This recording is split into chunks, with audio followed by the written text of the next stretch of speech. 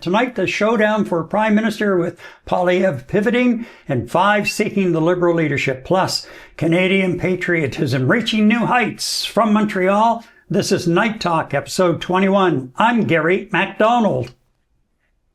And then from Playa del Carmen, Mexico, still not back home in Canada, I'm Eddie Tkalik. And so we titled this segment Pierre's Pivot. Conservative leader Pierre Poilievre and his caucus gathered in Ottawa last week for meetings as the Liberals closed the gap in recent popularity polls. Liberal leadership candidate Mark Carney is considered the front runner and has suggested removing the hated carbon tax as a direct consumer tax and moving to an industry-based tax. Now that has forced Poilievre to pivot from months-long Axe the Tax message. You remember that. The Conservatives held a patriotic rally in Ottawa on the 60th anniversary of our maple leaf flag on Saturday. Poilievre's speech included a message for U.S. President Donald Trump. We will bear any burden and pay any price to protect the sovereignty and independence of our country. Now that speech had all the trappings of a campaign kickoff as Poilievre made a number of policy statements, including Axing the carbon tax is only the beginning. We will go ahead with the biggest and most patriotic tax cut in Canada's history, the Bring It Home tax cut.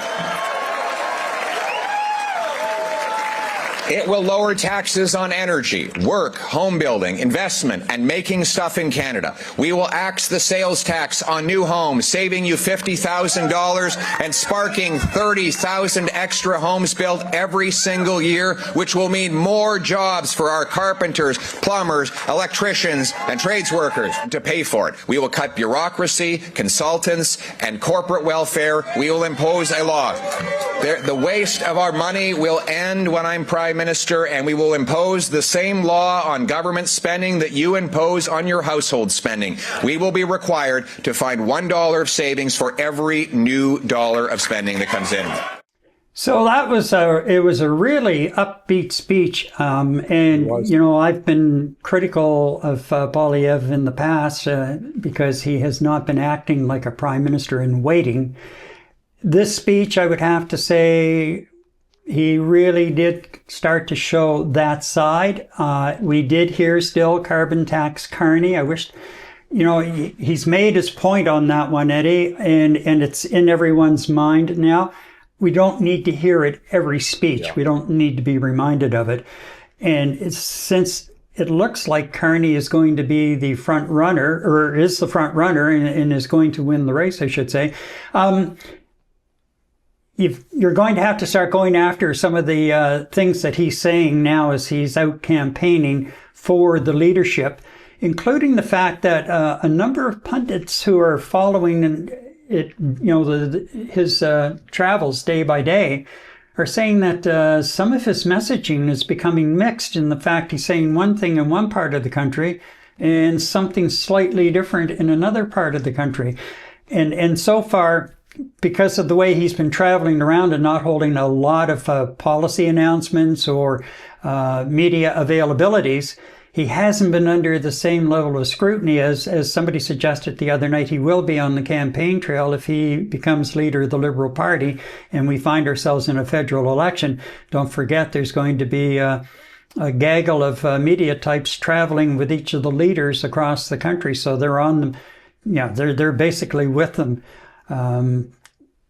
every day. And so they can be picking up on these kinds of things. But overall, it was quite the rally.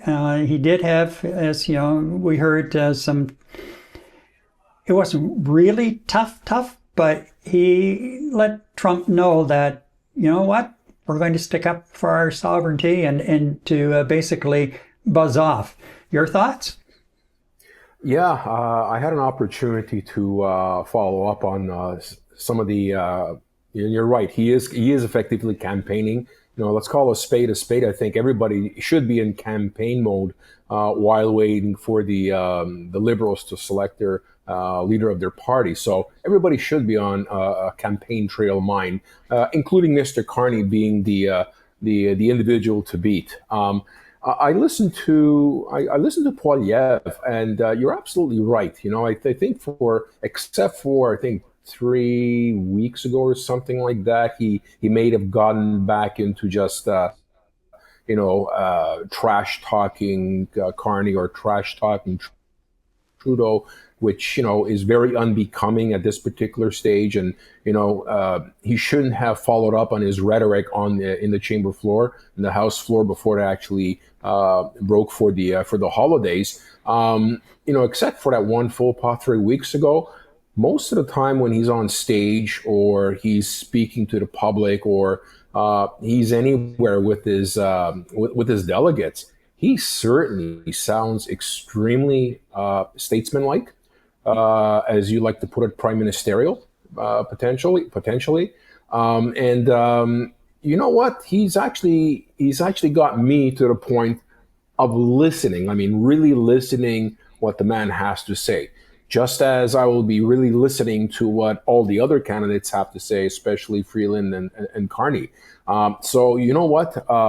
Good for him that he's actually listened to, I'm sure, his campaign managers and his public relations people in terms of what he actually needs to do to gain the ears of Canadian citizens right across the country. The other thing that I want to touch upon, which you mentioned very briefly, was some of his followers, media likes, had mentioned that when he's trying to make a point, it's slightly different depending on whether he's speaking to somebody out west or speaking to somebody out east. Quite honestly, I think that's a tactical advantage for him because, look, as much as we are the same in Canada right across the board, there is much diversity between our provinces and relationships, interprovincial relationships, and how we actually see the prime minister. So for him to understand the audience, I think, is extremely important as long as the differences are not that vast. So I think that's smart politics, and as far as I'm concerned. There's something overall based on his performance in the House of Commons, and certainly he has been, even as just an MP and a cabinet minister in the Harper government, he certainly was an attack dog, and he still is an attack dog, although some of what has happened in the House of Commons, and we've had shows on it last fall about the lack of respect in the Commons, I think really he needs to dial that back, and I can't shake that side of him, that impression I have of him at the moment. It's going to take more than this one speech that I watched from the rally on Saturday to convince me that he is able to make that transformation to a more statesman-like approach as the potential leader of our country. But there's just, and he has a couple of MPs around him who have been kind of following on his beat, and at times it has not been pretty for them either. And I just sit here and I just shudder sometimes and shake my head. So I'm going to be one of those, I think, unless there's a major turnaround here. He really does keep building on this level of statesmanship. I'm still going to have a question mark as I prepare to mark my X on the ballot. The same with, and we'll get into it in a few minutes, with Carney. There are he may be the front runner, but I have question marks, about where he's coming from in I guess, for lack of a better term. So Pierre is actually, he has stepped out. That definitely was, whether it was a soft launch, I guess you could call it a soft launch to the campaign, because it really did have the feel and the look of a campaign launch. And we could very well, within this time next month even, or very near this time next month, be in the midst all of a sudden of a federal election campaign, depending on what happens after the Liberal leader is declared and becomes prime minister for a day. It's almost like winning one of those be a police chief for a day contests. Yeah, exactly. Yeah. You know what, Gary? Dare I paraphrase you, and correct me if I'm wrong here. Are you asking yourself, would the real Pierre Poilievre please stand up?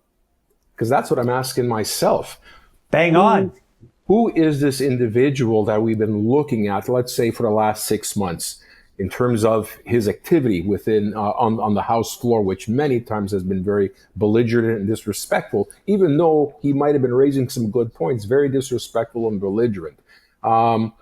Is that the Pierre Poilievre that we will see after he potentially might get elected? I certainly hope not. Or is Mr. Poilievre the statesman that both you and I have seen during the course of the week and the last couple of weeks, every time he got up to a microphone or a podium? Or is that the real Pierre Poilievre? Or is it a combination of the two? I think what he needs to do is to get rid of that persona of the Pierre Poilievre in the past that really was distasteful to a lot of Canadians, both conservative-minded or liberal-minded, regardless of what their mindsets were. He just didn't.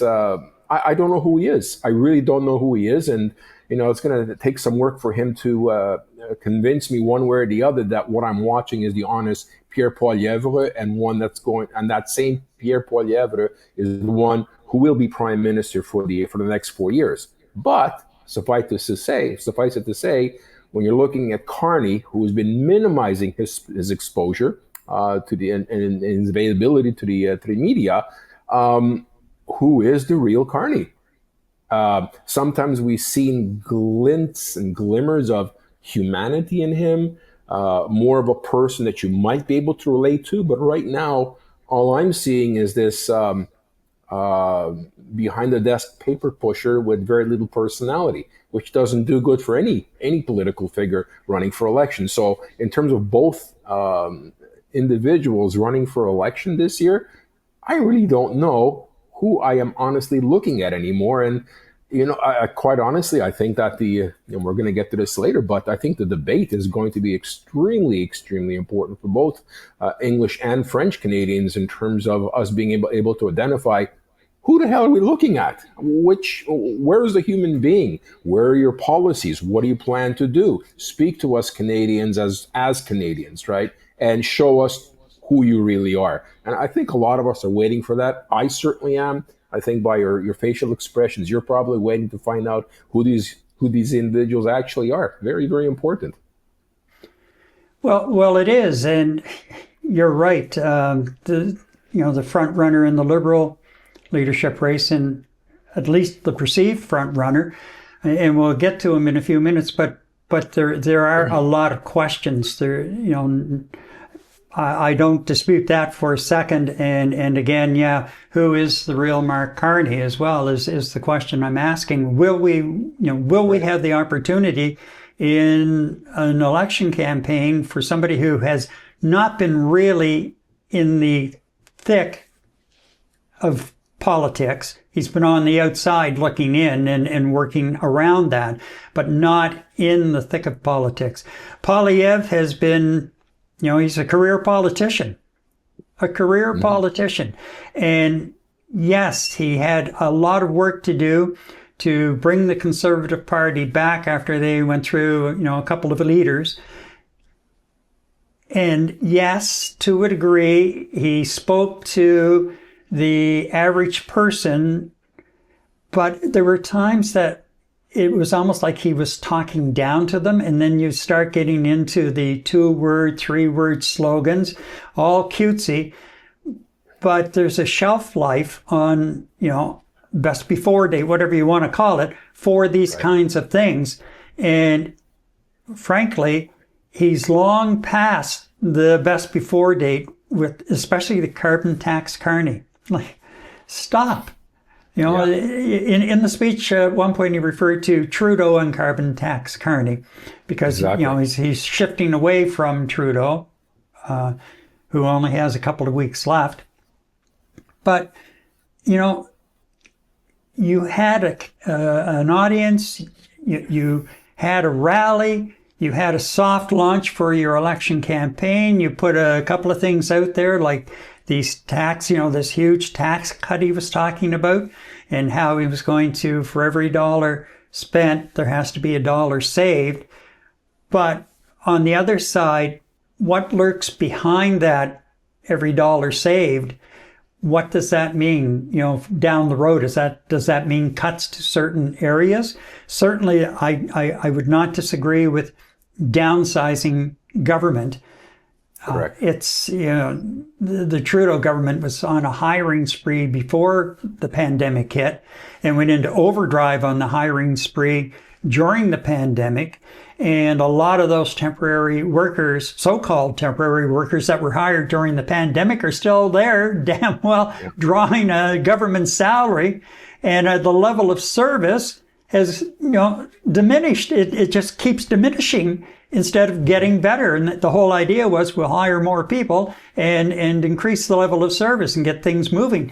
That hasn't happened. Ask people who are still waiting for passports. Right. Absolutely. So, I don't have a problem with cutting the size of government. I don't have a problem with, reviewing all programs that are in place.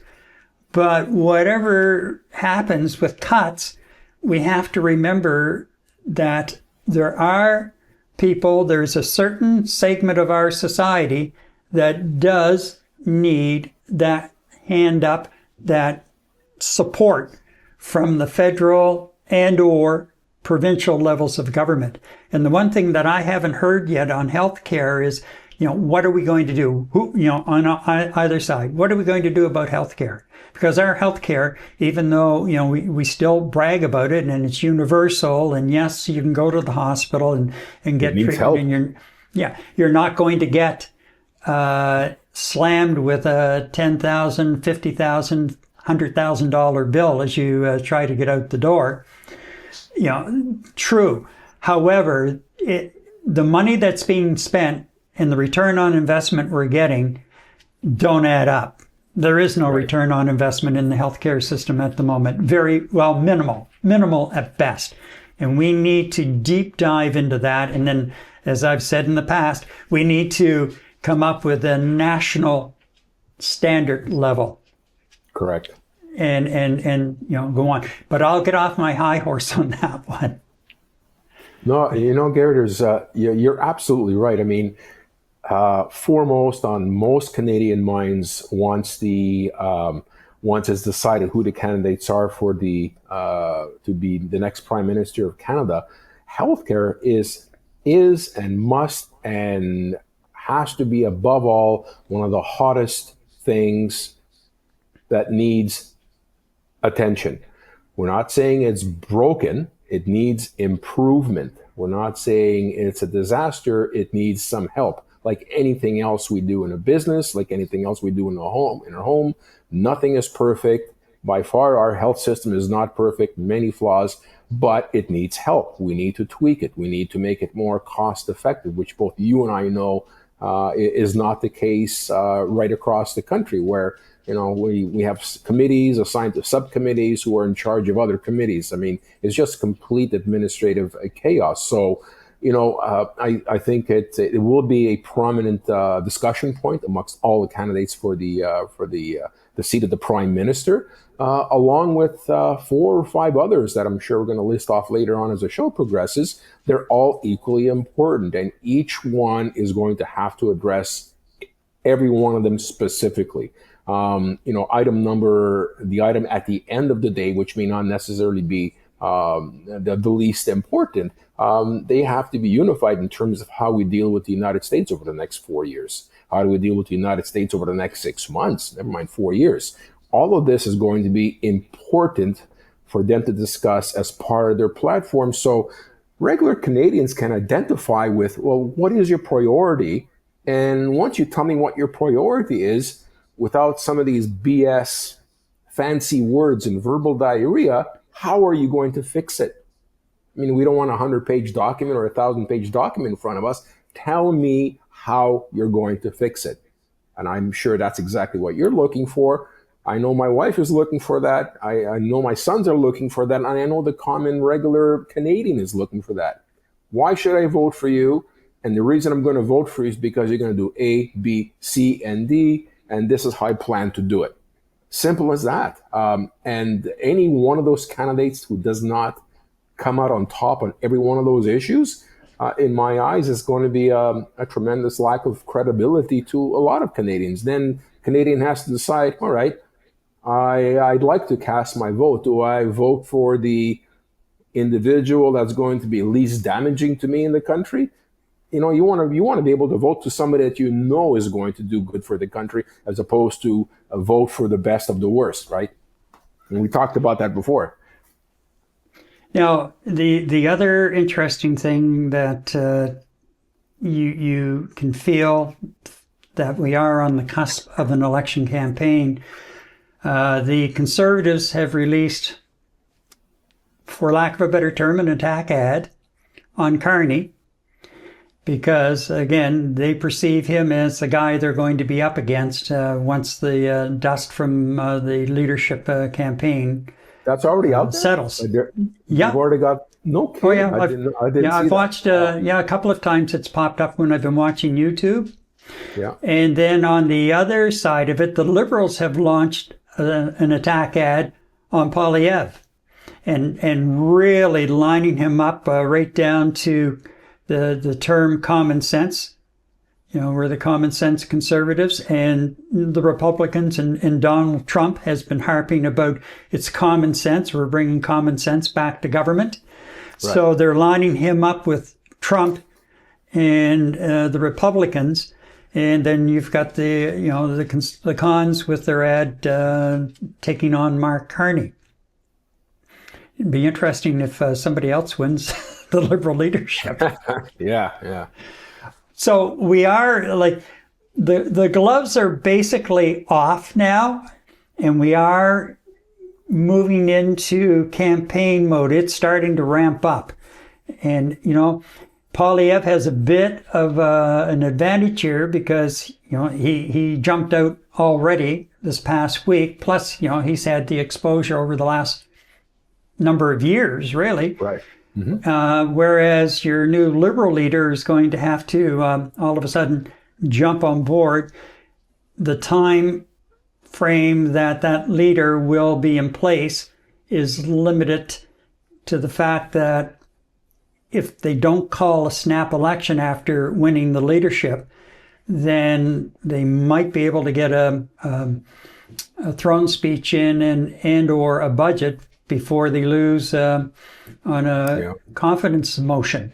And then we're into an election campaign. So there's not going, the Liberal leader, will not have a lot of time to really kind of take a deep breath and say, okay, that was, you know, the leadership campaign. Now I have to pull this all together for a national election campaign.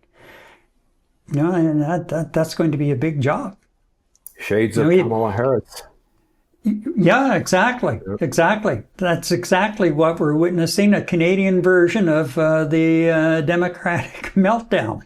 Yeah. And, you know, the Liberals have closed the gap, and that's one of the reasons that Poilievre and the cons are pivoting now away from the carbon tax election, axe the tax, and right. They, you know, originally thought that they would have Trudeau to go up against, and so that part of it's been removed, and now all of the candidates for the Libs are saying, you know, they're spinning their own version of how they're going to approach the carbon tax. Yeah. Mm-hmm. But for the most part, it's going to be different than what we have now, no matter what. So the axe, the tax, the way they were going at it, has gone out the window too.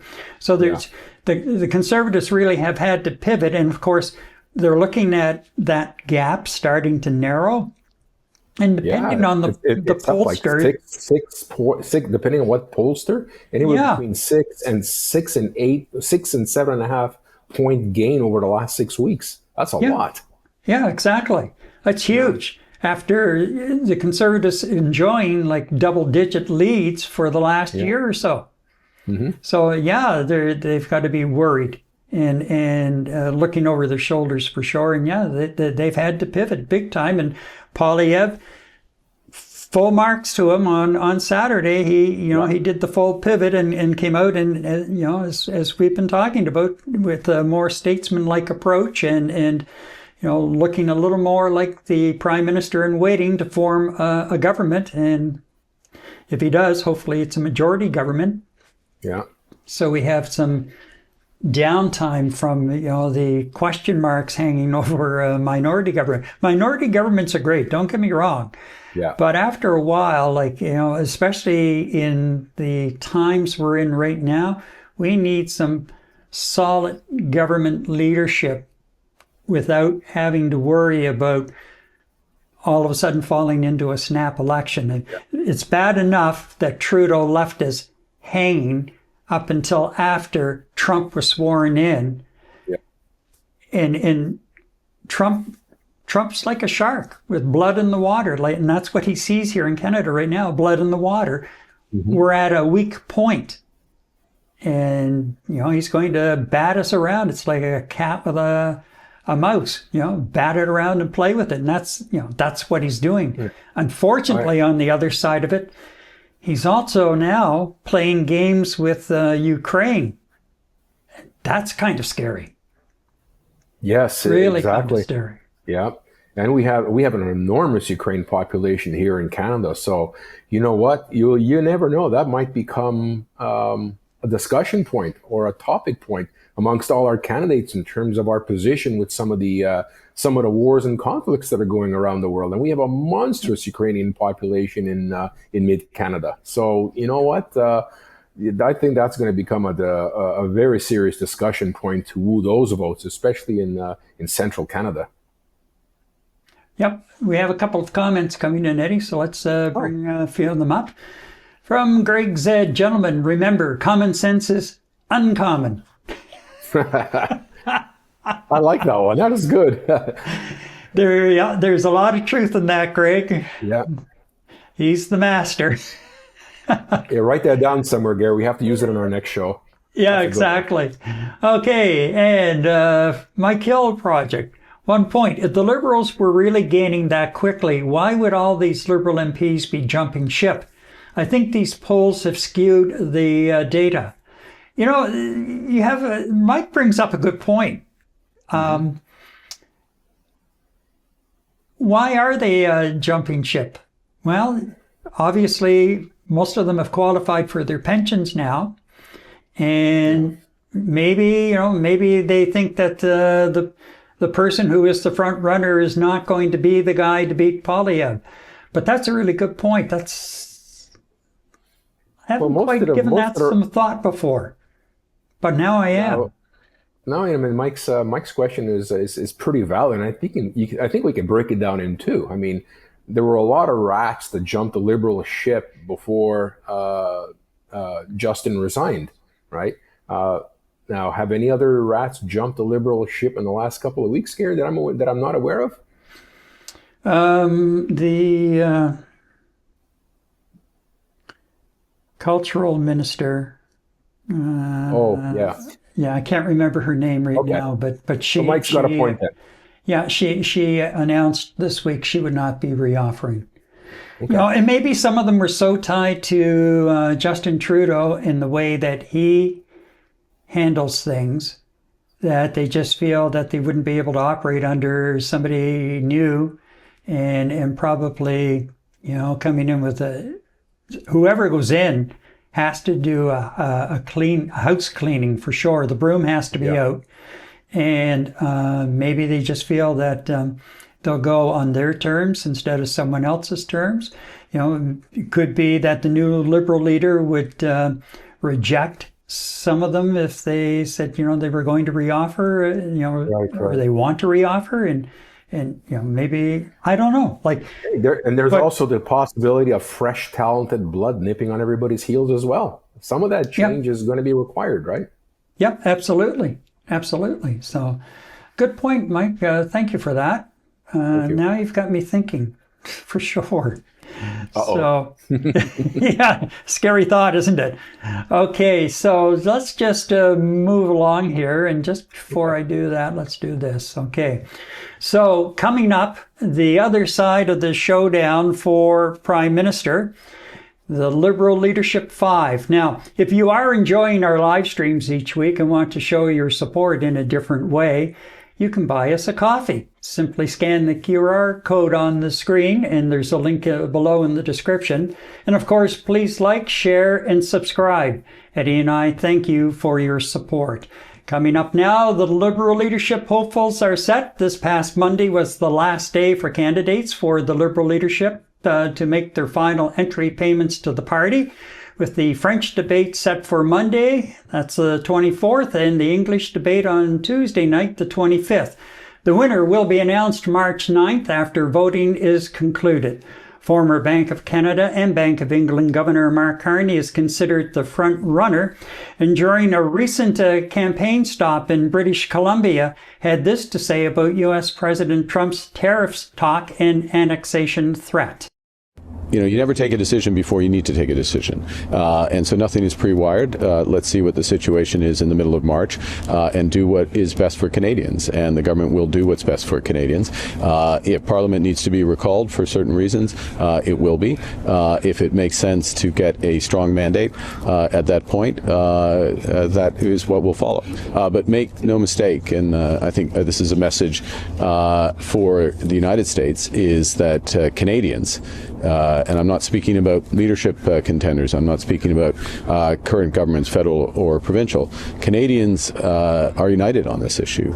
Canadians have a strong sense of resolve. We're going to stand up collectively for Canada, and we're going to build our economy here in Canada first and foremost. And we'll see what arrangements we come with the Americans when we get to the table. In that comment that he made, I don't know if you caught it, but he was talking about, it almost sounds like after he's elected leader, he's not necessarily going to call Parliament back into session right away. He talked about if we needed to bring Parliament back, we would bring Parliament back. So I didn't really catch it the first time I was watching the video, and then as I was doing the final editing to get that clip, I said, wait a minute, what did he just say? And so it almost sounds like if he becomes the leader of the party and our first unelected prime minister, that he will in fact just coast for a few weeks. Well, he has to bring it back before the end of March. Right. Because they have to pass the bill to keep the government going beyond the end of March, because March 31st is the end of the fiscal year. So I think they were talking March 24th was the date that Trudeau had mentioned about coming back. Now, I don't know if Carney is thinking I can push that back another few days or what the story is, but just the way he phrased that, I found it kind of interesting. And what I finished watching of that Q&A with the media, I don't remember anyone kind of picking up on that and asking him to clarify what he said. So, but I did find that interesting. He's very low key in a lot of ways, and just kind of straightforward. But I've talked to a few Liberals who have met him in person, and you find him quite personable.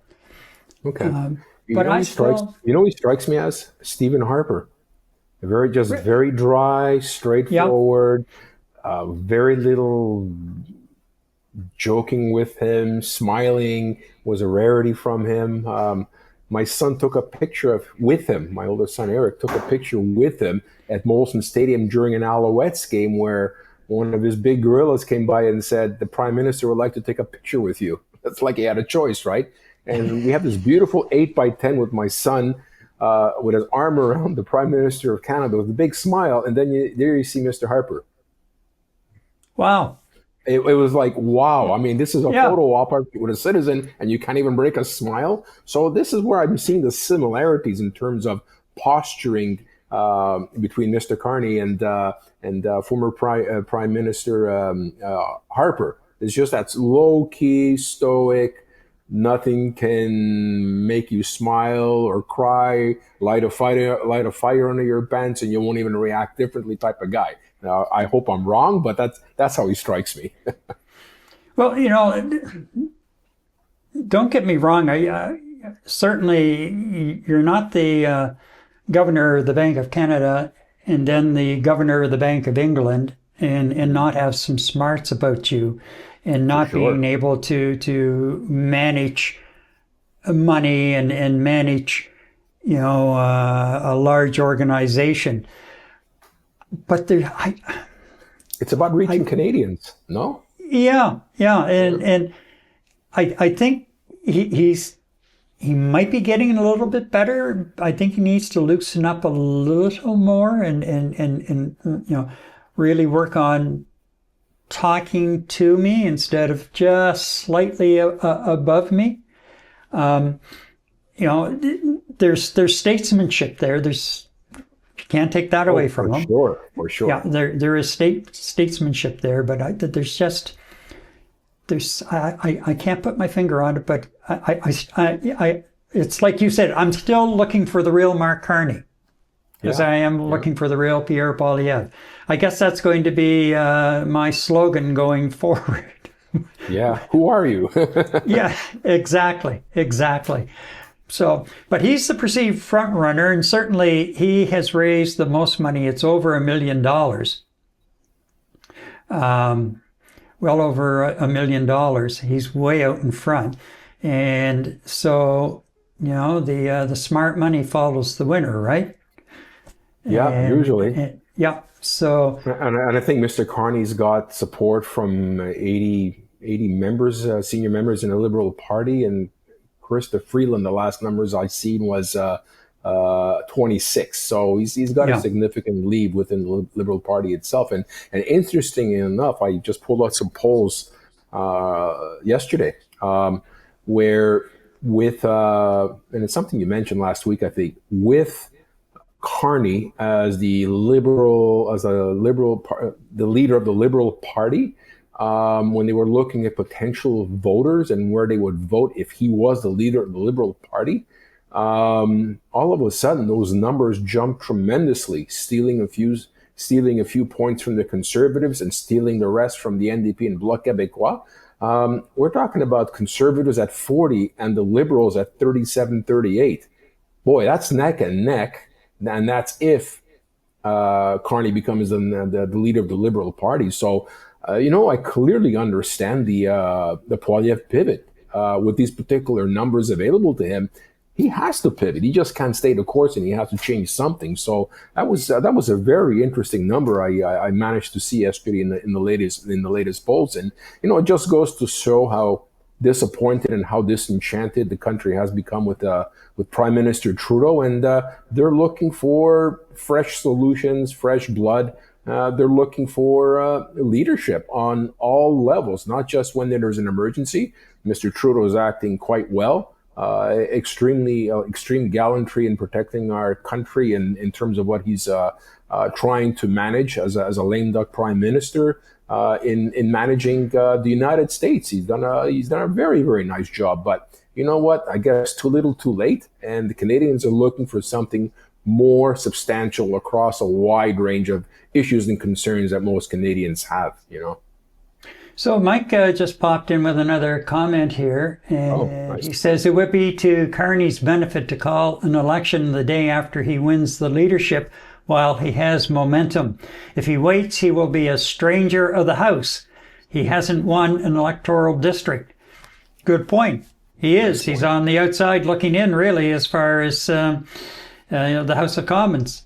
So, and he would have momentum from that win. Yeah, the sooner he gets a seat. Now, here comes the question, where will he run? Oh, good point. And I was wondering about that very question. is Trudeau going to be stepping down away from his Papineau riding? I don't think he's ever made any mention of that, has he? Yeah, he's gone. Oh, he's gone here. I wasn't Yeah. aware of that. Okay. Yeah. Now, is that a riding he would be interested in? I think he would probably be looking for a riding in the Edmonton area. That's his home base originally. Right. So, is there a Liberal? I think there are only a couple of Liberals in Alberta. Maybe two. So I don't know. Yeah, it'd be interesting. But certainly, if he runs in a seat in the Edmonton area, I mean, he's the hometown boy. He's the prime minister without a seat, and he could very well be the prime minister for the next 4 years. So would Edmontonians support him? Good question. Yeah. Because, well, Edmonton is, Alberta in general is pretty conservative. So would you, if you have a chance to elect a prime minister, would you support it? So, yeah, Mike was just saying, I'll just bring it up. He was thinking of running in Edmonton in Randy Boissonneau's riding. Yeah. Thanks, Mike. Yeah. So, anyway, that's going to be interesting to see how that all plays out, for sure. Where he's going to offer. So that's Carney. Let's move along to former finance minister and deputy prime minister Chrystia Freeland, who has been talking tough when discussing a response to Trump's trade and sovereignty threats, as she makes the rounds on various media shows, including MSNBC's Velchi.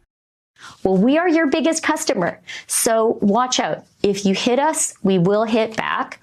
And our retaliation, unlike these across-the-board tariffs, is going to be surgically targeted. We're going to design it so we do the minimum harm to ourselves and have the maximum impact in the United States. And we are going to target constituencies that have particular influence in the White House. So one of the things I am proposing is a 100% tariff on Teslas, and I am inviting all the countries in the world that would be affected by these tariffs to join us. I think that would get us some attention in the Oval Office. Wow. She's going right after. I'd be afraid of her the way she was staring me down there. Wow. She's going after the unelected president. Uh-huh.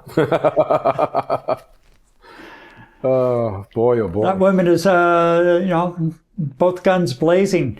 She has been talking pretty tough, and today she had a media availability at a farm. I think it was somewhere, I can't remember where it was now, but she did a media availability in a farm, in a dairy farm, and where she said she will do what she can to maintain the strict marketplace that we have for dairy products and such, because that's been a thorn in the side of Trump and company forever as far as our closed market is concerned.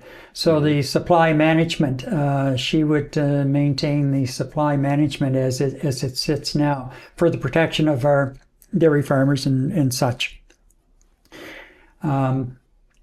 She also seemed to suggest that she actually, I think she said her first job was on a dairy farm.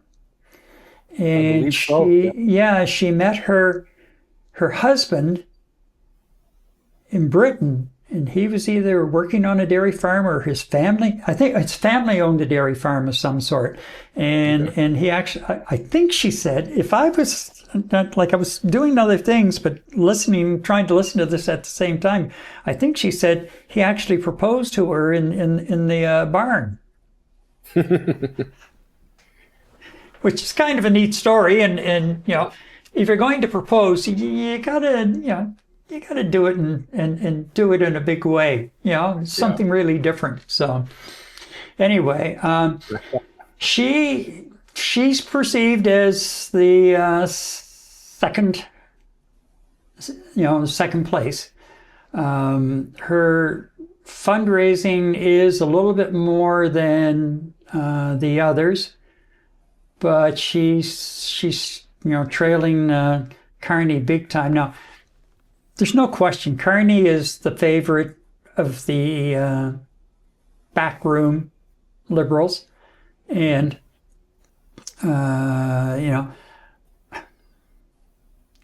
Christia has fallen out of favor, probably because they're still smarting with the way she took Trudeau's kneecaps from under him. But you know what? Thank God she stood up. Yeah.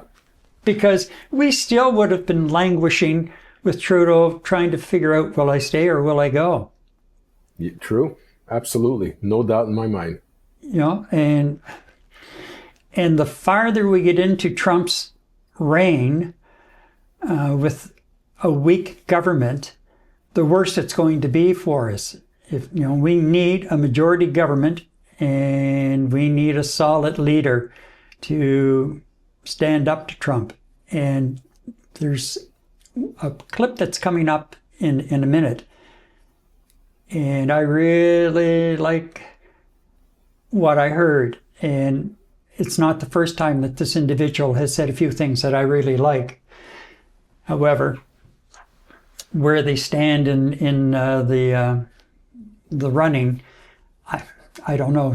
It could be a leader that a good leader that the Liberals never had, sort of scenario overall. So, any other thoughts on Freeland? I mean, she's feisty. She doesn't. Yeah. She's not pulling any punches out on the campaign trail, and a lot of the interviews she's been doing, and she's been doing U.S. like MSNBC. Mm-hmm. and other. She's been doing podcasts and such. And she's not taking, she's not afraid to put it out there as far as what she's saying and what she's standing for and what she's proposing. Well, Gary, here is a candidate different from, for leader of Canada. You're looking at Poilievre. Which Poilievre am I looking at, right? Carney. Yeah. Who are you? What am I looking at? Right now, you have zero question in terms of who Chrystia Freeland is. I don't have any question in my mind what kind of a prime minister she would make. Very clear. She's very passionate. She has compassion for fellow Canadians who are struggling. She understands what the critical issues are for Canadians today with the Trump administration running roughshod over us as best they can. And Donald Trump, I think, is afraid of her. He's never said anything creative, constructive, or positive about her. He doesn't like her a little bit. Doesn't like her at all. Yeah. That's because she's a strong, opinionated, firm-minded individual. I'm not going to say because she's a woman. This is just an individual that's strong, and Donald doesn't do very well with strong people. Yeah, she really stood up to him during the renegotiation of the free trade agreement, and he did not like her at all. And he stated it point blank, I don't like her. Yeah, so, and you know what? Good for her. Good for her. Yeah, but to me, absolutely. There's zero question in terms of who she is to me. Yeah, yep, for sure. And we have another comment to bring up. From Monel, she had experience dealing with Trump. She would know how to handle him. And that, you're right. Absolutely. Nancy says, I am not committed yet, but she impresses me. Mm-hmm. Okay, Montreal businessman and former MP Frank Baylis was among the first to declare his intentions to run. And during a recent appearance on CPAC's Primetime Politics, he pulled no punches in how he would deal with President Trump. We have to say to ourselves, we cannot live under this threat constantly. So I would have called his bluff, quite frankly. I would have said, if the Mexicans were with us, I would have said, look, let's do it. Let's feel this pain. You're going to feel as much pain as we are. And you've got yourself elected promising Americans to make your economy better. I don't think they're going to like to see their stock market collapse. I don't think they're going to like to see the massive inflation that's going to hit. I don't think they're going to like losing all the jobs that's going to happen to them. So I think we have to put our, how do I say, draw a line in the sand and stop letting Donald Trump push us around. That I like. No nonsense approach. Draw the line in the sand, call his bluff, and stop having him push us around.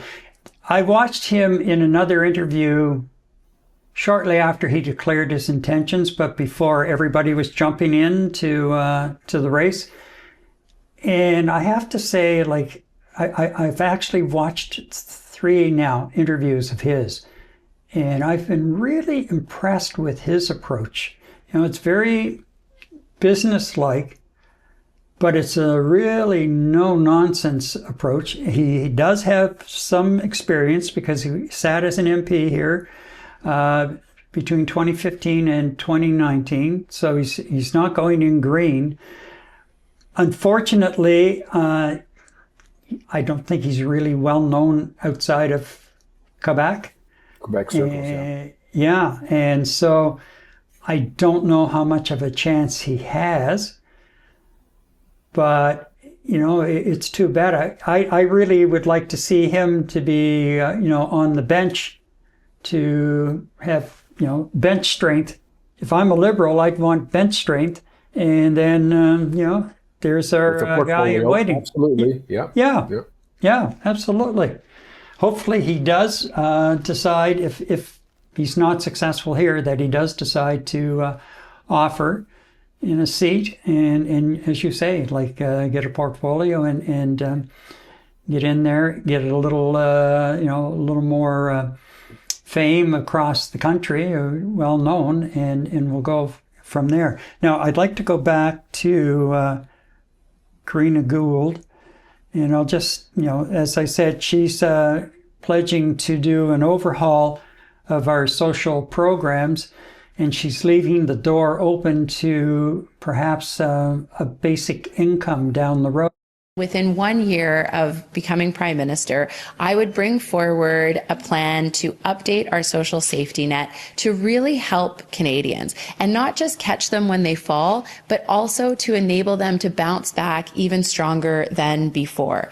And so what does that look like? It means a modernized EI system that actually helps Canadians when in their time of need. It means providing more supports to vulnerable seniors, and it means providing a dignified existence to people with disabilities.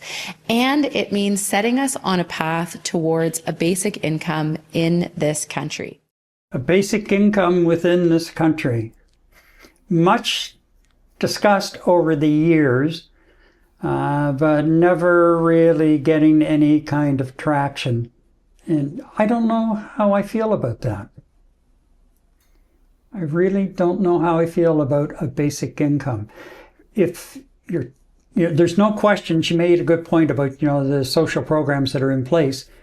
We're in place for the 20th century. Now times are changing, things have changed. We're in the 21st century. I don't disagree that having a look and overhauling a number of the safety nets is warranted. Very much so. Mm-hmm. I don't know about the basic income, though. Yeah, I'm not sure about that either. I see where I think we're both struggling with that a little bit for our own reasons, which we won't go into here. But I feel that a lot of people would just take advantage of such a wonderful program without actually contributing to anything in this country. I mean, that's what I'm thinking, right? And universal basic income is something that I think is taken out of the playbook out of a couple of our Scandinavian countries, our Scandinavian friends. I'm not sure what the opinions are about its worth out there, the cost to it, because somebody's going to have to pay for that, and how successful it is. But I think it's something that's being taken out of the playbook of our Scandinavian countries, which typically rank in the top 5 right across the board in terms of quality of life. So I don't know. Is that something that would work here, and is that something that Canadians would appreciate here? Especially, myself, I've been working for 40 years. How comfortable would I be with a universal basic income plan? I really don't know. I think a lot more explanation is going to have to go into it in terms of what does it exactly entail? What is it going to cost to Canadians? Where are we going to get money for this? Who's going to be eligible for it?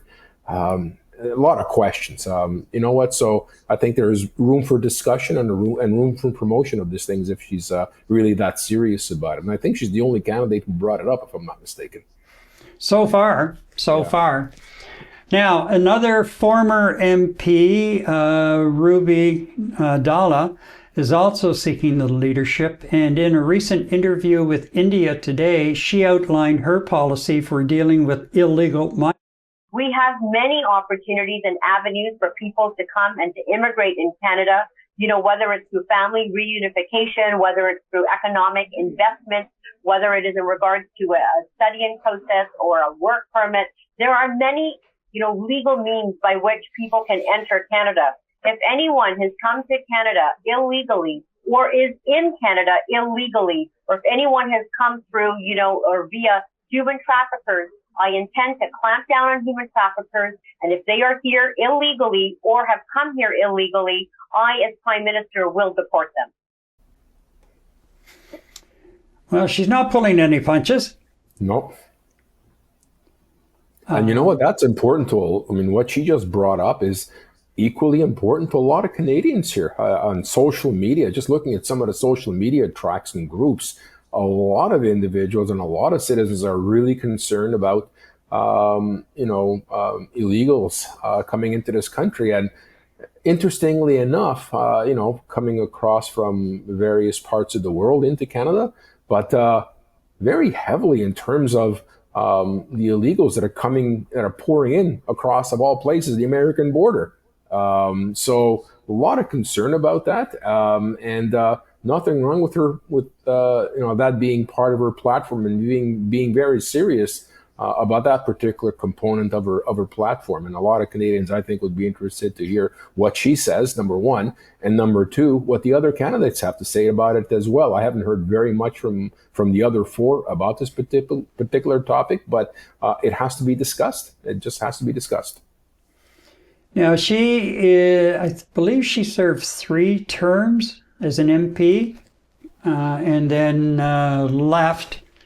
And she was one of the last in as far as the leadership race is concerned. So I don't know what level of support she has. I think she's behind Baylis as far as fundraising is concerned.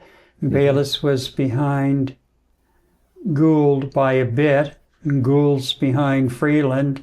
And, Freeland is trailing Carney. Carney, again, is the front runner with over $1 million raised so far. So we have a couple of more comments coming in here, too. So let's get caught up there. Oh, by the way, we have 4 likes and 1 thumbs down. So we must be doing something. Yeah, must be doing something right. Yeah. Deborah says, can we believe them, though? Trudeau promised reforms to our voting process. Where did that go? That went right out the window shortly after he was elected. When all of a sudden he realized what he was doing, I think more than anything, there was a report that came back, and then all of a sudden he realizes, what we were proposing or thinking about might be disadvantageous to us. Oops. Oopsie. Let's get rid of that in a hurry. And let's see, what have we got here? From GC, Toronto rules Canada. Sad but true. Toronto is the center of the universe, so they say. However, it's the center of the NHL and hockey. This is the same city that it's going to take 3 weeks to clean up the mess from the last 2 storms. What are we doing in Montreal? 8 days. Let's just keep things civil overall. Let's not get into that kind of stuff. Yeah. Yeah. So, okay, who cares about the Liberals? Should they rule Canada? Mm-hmm. Okay, well, not sure where you're going with that one, GC, but each to their own for sure. All right, let's see. Now, where am I going now? Push a button and see what comes up. Oh, look at this. Ow! Okay, so anyway, up next, Canadian patriotism reaching new heights. First, a little reminder for you to give us a like, subscribe, share, to help us grow our channel. We really appreciate you with your comments and reaching out with your comments. And, a lot of you, tonight now we have 5 thumbs up with the thumbs up. So you're helping us grow our channel. We're having a lot of fun while doing it. And so thank you so much for that. But, just remember, just keep those likes and subscribes coming. And also feel free to share any episode of Night Talk and spread the word. So patriotism is mounting. The level is in this country is hitting new heights thanks to Donald Trump's tariff threats, saying Canada isn't viable as a country. Talk of taking us as the 51st state. Well, people continue to cancel trips to the U.S. Air Canada, reassigning capacity from U.S. routes as ticket demand for American destinations drops. Meanwhile, WestJet has reported so is WestJet. 25% drop in demand for U.S. flights and has been reassessing that whole situation. Small retailers across the country are reporting an increase in interest and sales of Canadian-made products. And also, Eddie, where is it here? There's on social media, there is talk of a national boycott coming up. Bring that up. Correct. Yeah, on the 28th. A boycott of all U.S. retailers doing business here for one day. Show them we have power when provoked. Absolutely no purchases from Walmart, Home Depot, Best Buy, Amazon, McDonald's, Staples, Gap, Toys R Us, Costco, or any other U.S. retailers for one day. Support only small or large Canadian or Mexican producers and companies. It's time to stand up for ourselves, be strong and be proud, spread the word. I totally get where they're coming from on this, and probably I'm going to upset a few people. A couple of weeks ago, I would be, rah, rah, rah, let's dive in right away. Then I was watching somebody making a comment one night who brought up a really good point, and I said, you know what, wow, yeah, I've been struggling with how intertwined we are with some aspects of my life, from a technological standpoint and everything. But this person brought up a really good point, and that is, yes, we have American companies operating here in Canada, but they're all employing Canadians. A lot of them are also buying and featuring and selling Canadian-made products. You have companies like Costco where their employees are quite happy with their working conditions and their wages that they're paid. And again, Costco is buying Canadian products and produce and other goods. Yes, there are U.S. items in there, but we can just ignore the U.S. items. So, and then you get into like McDonald's, for example, which is franchises. A lot of Canadians have invested their savings and bought McDonald's franchises, Starbucks franchises, and they're employing Canadians, and they're buying Canadian goods, and services, in addition to what they're buying as a franchisee from the parent company. But this is where because we've become so intertwined and so dependent on American trade that we better be careful with some of this and not shoot ourselves in the foot. Mm-hmm. Does that make sense? Yeah, it does. It does. I kind of thought of that too, but I think with all the emotion that's involved with Facebook groups and the conversations on social media about buying Canadian, buying Mexican, if it happens to be an American company that employs and purchases its products in Canada, that should be okay. And there's a lot of confusion in terms of what's wrong and what's right here. And I think it comes down to an individual thing, but a complete outright boycott for more than 24 hours. I mean, I think 24 hours is going to have a tremendous impact. You're absolutely right, Gary. A lot of these American companies hire thousands upon thousands and keep them employed Canadians. Anything beyond a protest exercise, I think will have dramatic effects on our economy in a negative way as well. So I think there's got to be a lot of care taken in this. I think we have to be smart about how we protest in our own personal way.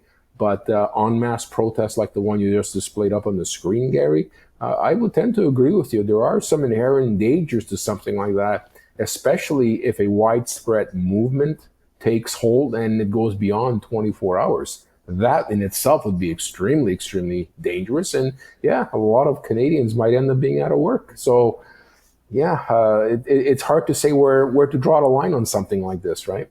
But your point is absolutely valid.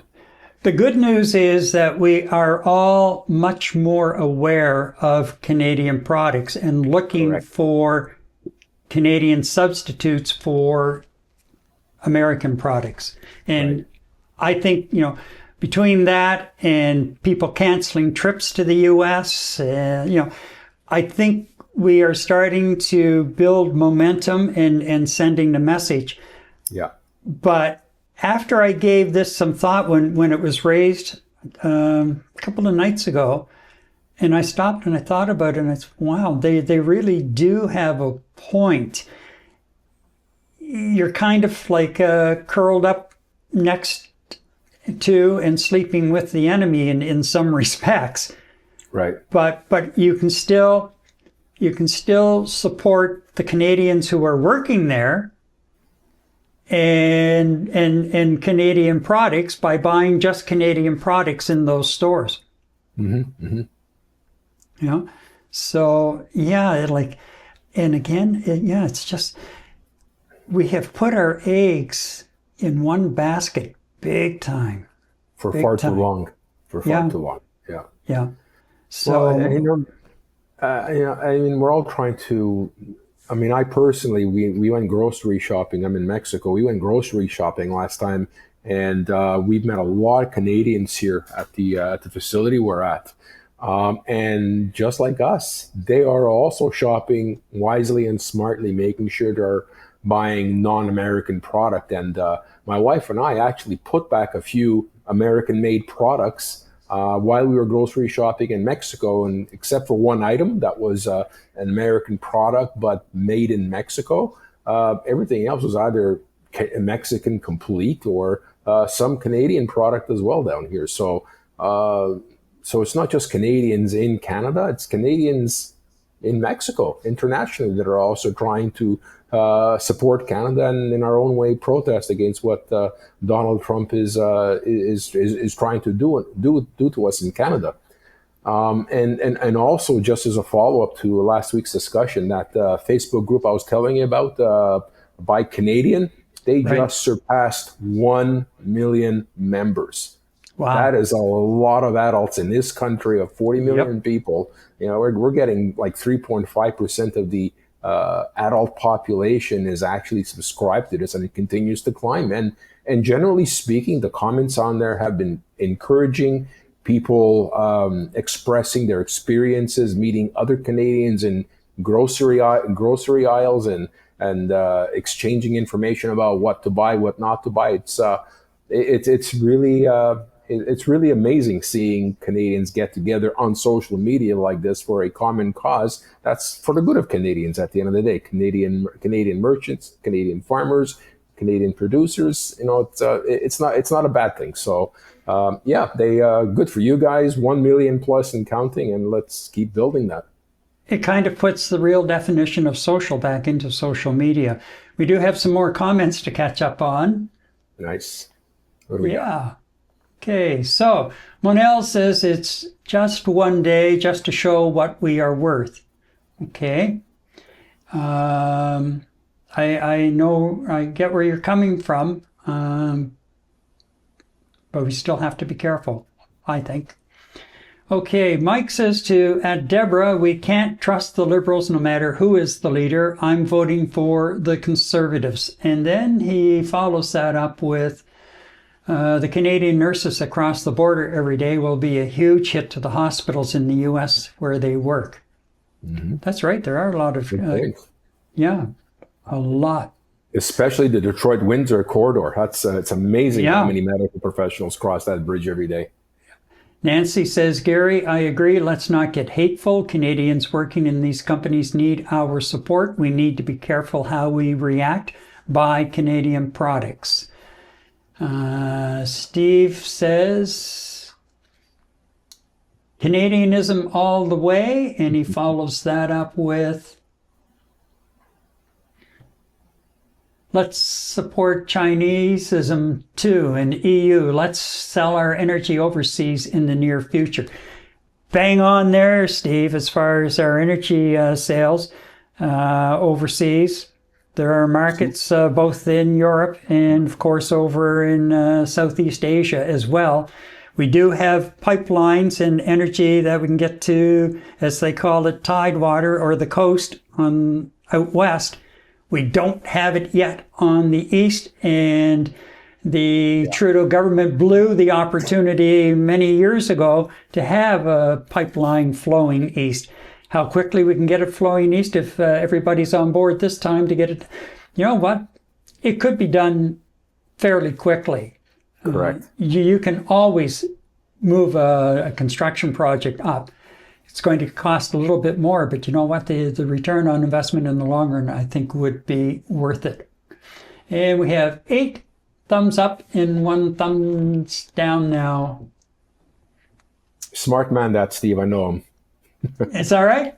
Yeah. Okay, so let's see now. I want to play one more clip because I want to play it as a reminder as to what and who we are dealing with here. And this is the one clip in particular that's going to stick with me forever. I spoke to Governor Trudeau on numerous occasions, and we'll see what happens. You heard that one, right? That one is sticking in your craw. Did last week and it still does today. Yeah. Oh yeah. I may play that every week going forward until somebody takes a baseball bat somewhere along the way. Yeah. Honest to God, that was just that chuckle behind just next video. Okay, so Eddie, aside from annexation, threats, and insults, is there any better way to get Canadian patriotism to a fever pitch than a great international hockey game? Our usual foe is the Russians. This time, however, it is a showdown with the Americans. Eddie?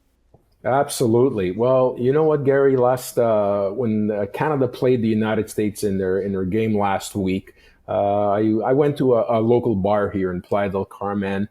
I went to see a couple of fights, and a hockey game broke out after that. I mean, it was that crazy. And, the reason why I went, as opposed to watching it on our television screen at our apartment, is I wanted to see if there was any sort of ambiance that you typically see in Montreal for a hockey game like this. And, quite surprisingly, it was rather quiet.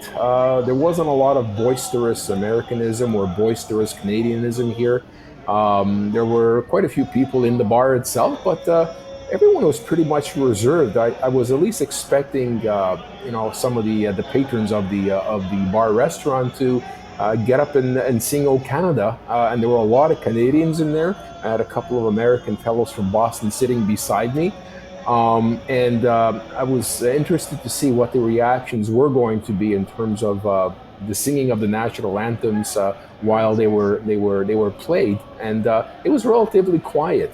And I did get the opportunity to listen closely as I could, because they turned up the speakers on the televisions, and as expected, Montrealers and Quebecers and Canadians just absolutely booed the hell out of the American national anthem. In one way, I felt horrible for the players and the American citizens in general, the well-meaning American citizens. I did feel bad. But by the same token, I knew as a Canadian it wasn't a protest of the or disrespect of the American flag or the national anthem of the United States. This was an absolute outright booing of Trump completely. And when speaking to other individuals here, it's always about Trump. We're disagreeing with Trump. It's not really a disagreement with American citizens in general. And at the end of the day, the United States won the game 3-1. It was an excellent display of hockey. Hard, tough, in-your-face hockey. It was a great hockey game. And then following up on social media, on the Sportsnet and ESPN and so on and so forth, it was incredible to see the different comments that were coming out. Some hateful, some supportive, some anti-Canadian, some anti-Trump. But at the end, the question becomes: was the booing justified? Well, it all depends on who you're speaking to. And it also happened in the USA versus Finland game earlier on in the tournament that in Montreal they were booing them vehemently. And also the Professional Women's Hockey League, when the Montreal Victoire played against an American team, there was some slight booing while the national anthem played. So it wasn't just for this particular men's tournament. And I can very happily say, following up, that the booing did not happen at a sold-out international PB tournament in Quebec City. So you know what? People are targeting their displeasure to a certain individual and not the flag, because it's not widespread. And in social media, there were many Americans that voiced displeasure with their flag being disrespected, so on and so forth. And just as many Americans commented on there that we didn't appreciate the disrespect, but we understand why, which is really nice to see. I was surprised to see that. Many comments like that. Many Canadians commented on to the Americans and said they thought it had no place in sport.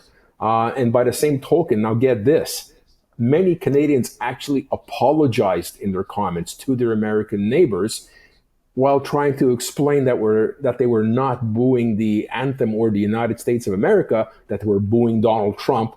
Well, Donald Trump was a polite term. Most of the time, there was a name associated with that.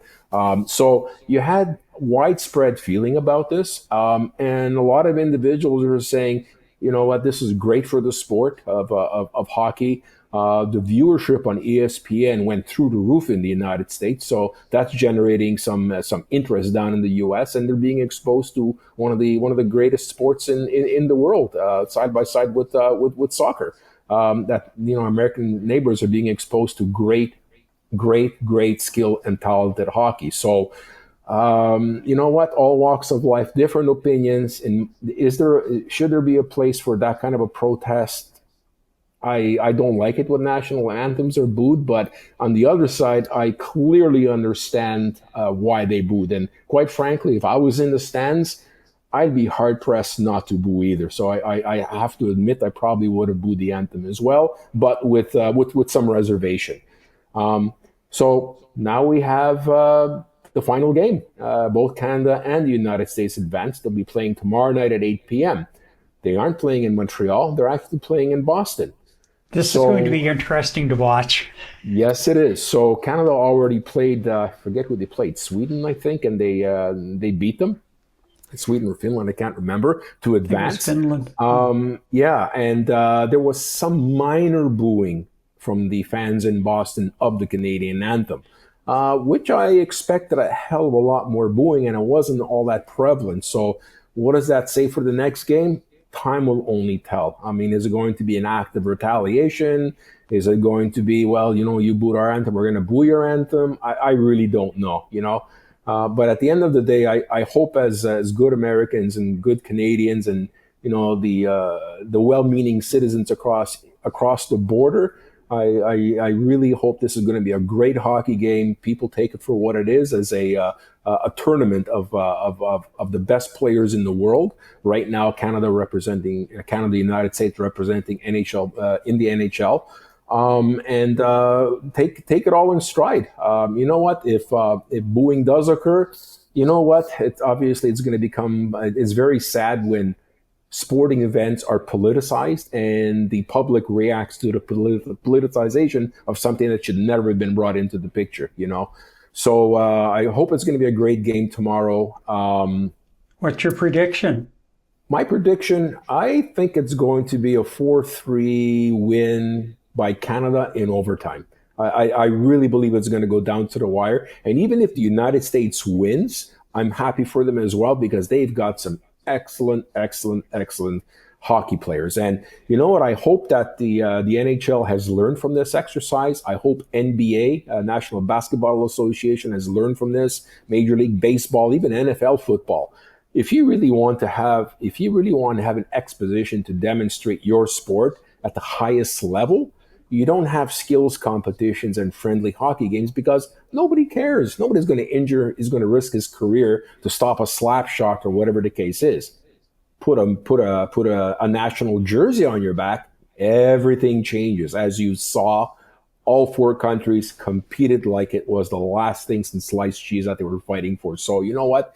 Game on. If a couple of fights happen, let's have a great tournament. Let's have a great game. Let's enjoy this great game of hockey, and let's hope that the political rhetoric is kept for a minimum. And if Americans do boo Canadians, well, que sera, drop the puck and let's get on with it. All right. We do have a couple of more comments to catch up on here. Let's see. Come on. There we go. Steve says LNG will be big for overseas sales. And you know what? We have the terminal in New Brunswick to pump the LNG out. I believe they can. I know they can receive. They receive. I think they can do it, pump it out as well. So, Mike says he's calling it Canadians will win 3-2. Okay. Steve comes back with Trudeau announced a high-speed train between Quebec City and Toronto. Steve, you had to poke the bear, didn't you? You just had to poke the bear on that one. Yeah. I will refrain. Needless to say that I am not a happy camper, and anyway, we'll let that one go. Why now? For now. Why mention it now? Where were you 6 months ago, a year ago? The last time I took You're a a lame duck. You're a lame duck prime minister with 2 weeks left. Why take the thunder away from your successor? And anyway, there are a couple of things that I could go off on a tangent, and I won't, unless I need to catch up on the comments. Mike says game time is 7 Eastern tomorrow. Well, you're you're Atlantic, aren't you? I just checked. I just checked the Four Nations website. It says here Thursday, February 20, 8 p.m. 8 p.m. Okay. So folks, just double check. I'm showing 8 p.m. here. So yeah. Okay. And Steve. Mark Carney will create and push independence from the influence of the United States and Trump. Okay, and then he follows that up with, don't forget, 49% of Americans voted for Trump. Booing is for all of them. And you know what? 49% voted for Trump. Yes, they did. Yeah. And booing is for all Americans who have been apologizing because of what had happened. Okay, that train project will never get off the ground. Oh, yeah, and Mike says I am wrong about the game time. Okay, so it's corrected. It is 8 Eastern. 8. Okay. Yeah. No, what you said, right? 7. It's Which 8 is o'clock. it? 8. Okay. And now I'm totally confused. Thanks, Mike. I am totally confused. Oh, we have 2 thumbs down now and 8 thumbs up. So, All right. yeah. Anyhow, I guess it's about time to wrap it up for tonight. It's been another busy night for sure. And a version of the show will be posted on our YouTube channel later this evening. If you are viewing this at a later date, by all means, please leave us a comment below. And we are interested in what you have to say, and I'll try and respond. And please give us a like, share, and or subscribe. Night Talk returns in 7 days. From Montreal, I'm Gary MacDonald. Good night, Eddie. And from Mexico, Eddie Tacalic. Good night, everybody. Thanks for joining us.